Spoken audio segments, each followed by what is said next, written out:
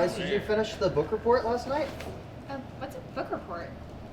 Oh my gosh, I forgot. I already have a 99 in that class. If it drops any lower, I don't know what I'm gonna do. What's a book report? What's a book? Seriously, Claire, what's a book report? Oh my god. I think Mallory's already here. I'm prettier than her, right? Sure, whatever.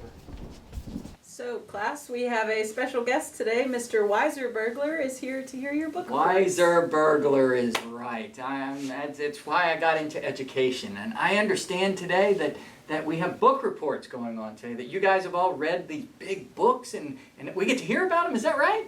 Mm-hmm. And you get to go first. Is that not the case, Britley? Brittany. Britley. I remember I taught your mom Tia. Brittany. Nay. Yes. Nary a day goes by before I forget your name. Come on up here. You go first. Thank you. I should have stayed in the classroom. So why am I here again? Book report. I'm supposed to read a book. Yes. Okay. I always read, so I have so many in my head. Okay, so I read a Western book, yeah. Okay, here we go. So, there's like this girl. She's like super pretty, but not as pretty as me, obvi.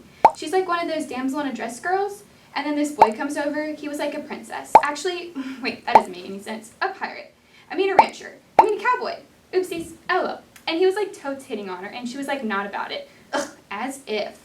And then this other boy, he's like a cowboy too, and he rides it on this scooter. Maybe it was a bike. No, it was like decked by hoverboard.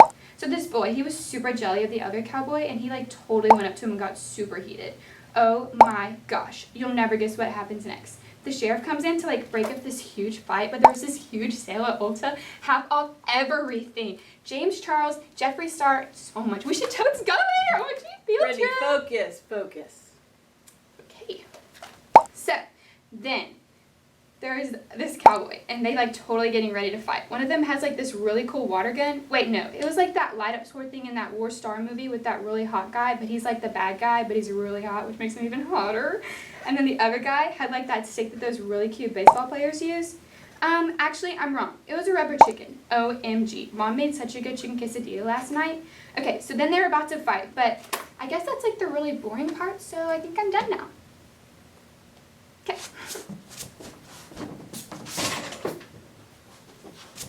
All right, next up, Mallory Zalak. Oh, this is going to be a disaster.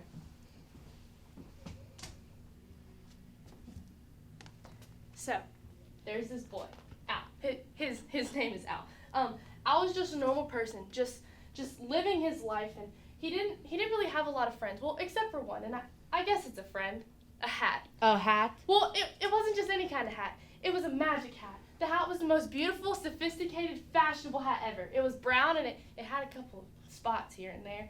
But when Al and the hat came together, they became Malacalas Zalakalam. Malacalas Zalakalam.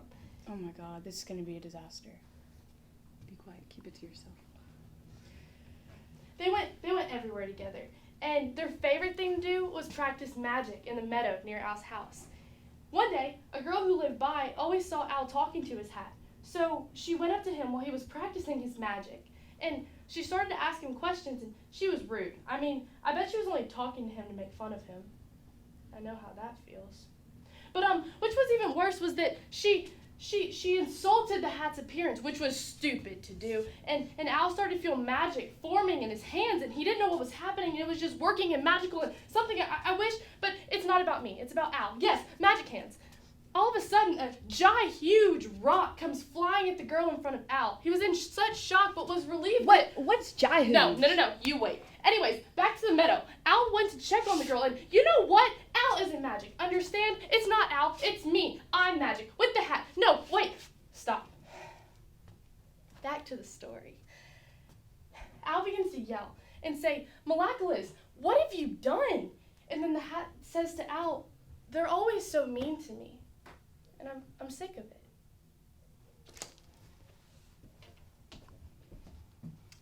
Thanks, Mallory. Good job. Why don't you sit on the other side of the classroom for the rest of the class? Cool. Your turn, Claire. Ooh, okay.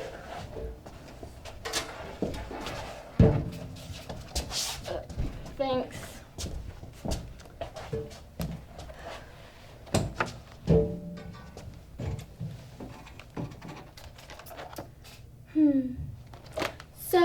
there was this gentleman, and he goes to the store every Wednesday at 5 p.m. to acquire cereal.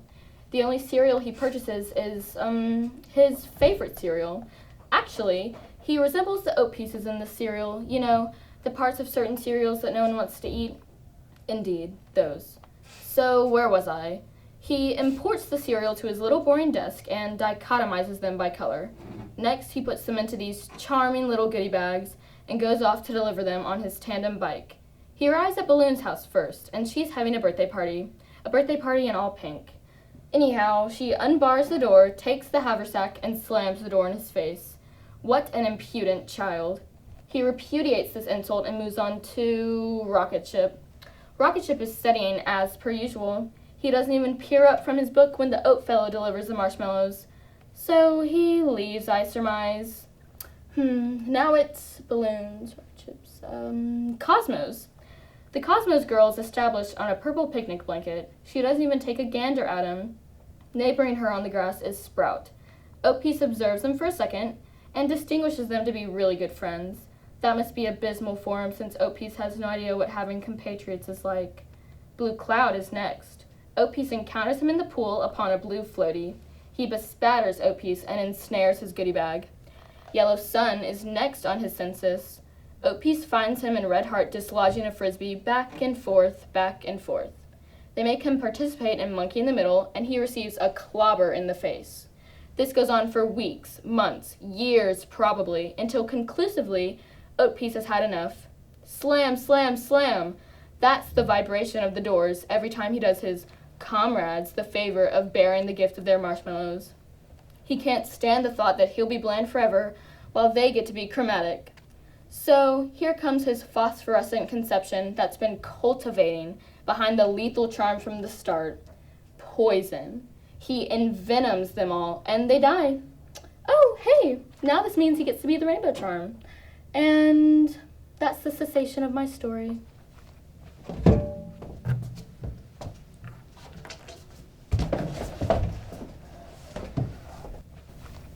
Chase, you're up.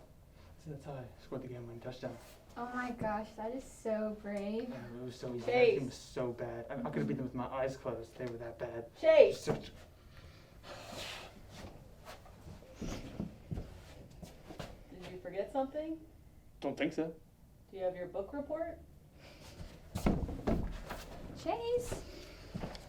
So there was this nerd, Skiffy.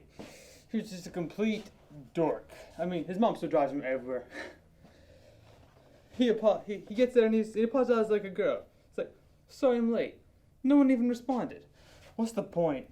There's this chick, you know, she was pretty, but dumb. You know, pretty dumb. She was trying to do this math problem. I mean, I might be failing, but this girl makes me look like Albert Einstein, the German guy. Is he Polish? I don't care. They're all the same to me. And she was like, I just can't. And Skiffy was like big brain. She got the answer quick, no cap. She didn't even listen. I'm definitely gonna fail. I had really ignored Skiffy was big mad bro. He tried everything to get their attention. Slapping tables, walls, people. I do that a lot. He was for real acting mad crazy trying to get people to notice him. But they just kept on going. For real, acting like my dude wasn't even there. So finally my bro had had enough and was like, you know what? Forget this. Let's all out of the room like big mad bro. I mean, I'd be mad too, but it'd be pretty hard to forget this face. Anyway, he was like a ghost, no cap. Kobe. Man,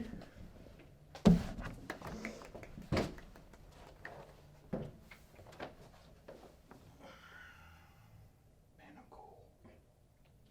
Yeah, you are. Lauren, it's your turn. This is rigged.